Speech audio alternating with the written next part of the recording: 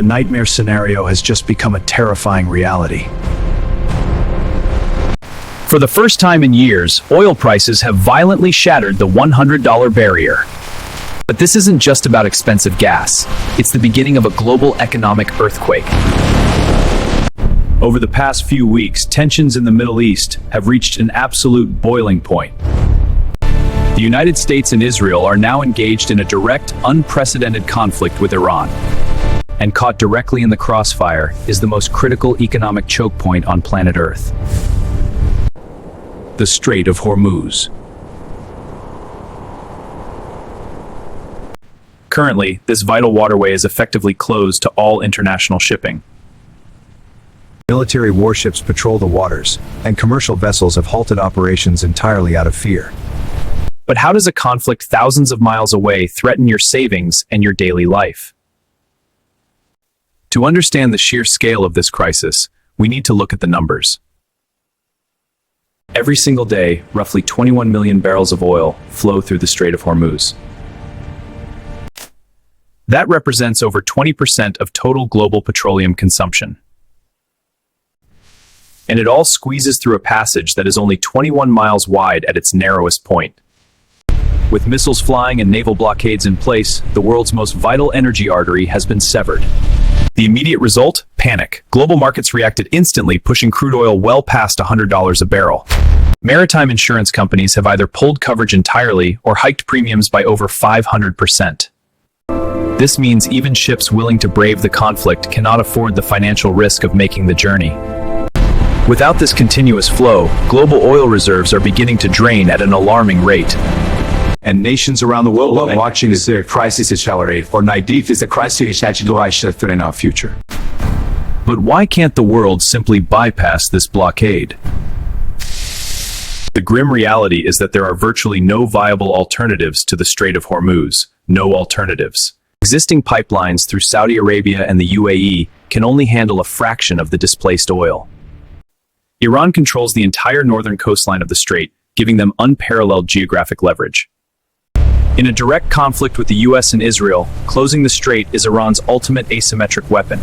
For the US and Israel, neutralizing the threat means heavy military engagement. Our forces are prepared. This is reckless. But ironically, the intense military presence required to secure the region makes it a war zone. Ships are forced to reroute thousands of miles around the Cape of Good Hope. This adds weeks to delivery times and burns millions of extra gallons of fuel just in transit. It is a compounding logistical nightmare that the global supply chain was not built to handle. This brings us to the most terrifying part of the crisis: the cascading global impact. Oil is the lifeblood of the global economy. When its price doubles, the cost of everything doubles. We are looking at an immediate, brutal spike in global inflation. In Europe, highly industrialized nations face the very real threat of factory shutdowns. Energy-hungry giants in Asia, like Japan, South Korea, and China, are heavily dependent on Middle Eastern oil. Aviation fuel costs are skyrocketing, threatening to paralyze the global airline industry. Even agriculture is hit hard, as fertilizers and tractor operations rely directly on petroleum products. This means that within weeks, the price of basic groceries will surge at your local supermarket. This puts central banks in an incredibly dangerous, almost impossible position. They must choose between letting hyperinflation run rampant or hiking interest rates to induce a recession. But if we look deeper, this crisis is reshaping the entire geopolitical world order. Every crisis creates winners and losers, and the $100 oil shock is no exception. Energy-independent nations or massive producers like the United States and Russia may find short-term leverage. Higher oil revenues for non-Middle Eastern producers will fund new geopolitical strategies. Meanwhile, developing nations in Africa and South Asia will face devastating economic collapse. The soaring cost of living could trigger widespread social unrest and political instability. We've seen this movie before. The oil shocks of the 1970s led to years of painful stagflation. But today, the world has an alternative that it didn't have 50 years ago. This crisis is brutally exposing the fatal flaw of relying on concentrated fossil fuel choke points. It may force governments to accelerate the transition to renewable energy not out of environmental concern, but survival. Trillions of dollars will likely be redirected into domestic wind, solar, and nuclear infrastructure.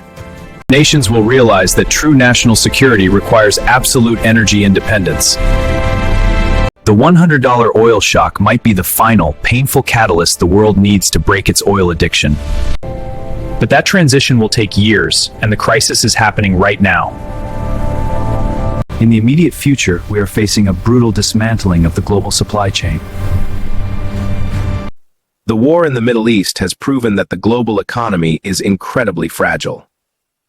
A single waterway, closed by conflict, is enough to set global markets on fire. As oil holds above $100 a barrel, every consumer on Earth will pay the price of this war. The era of cheap, reliable energy and predictable globalization may be coming to a close. The damage has already been done, and the clock is ticking on a global recession.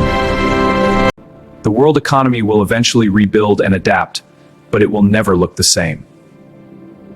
We are stepping into an era of profound economic volatility and forced innovation. The ultimate question is no longer if the global economy will break, but how long it will take to shatter completely.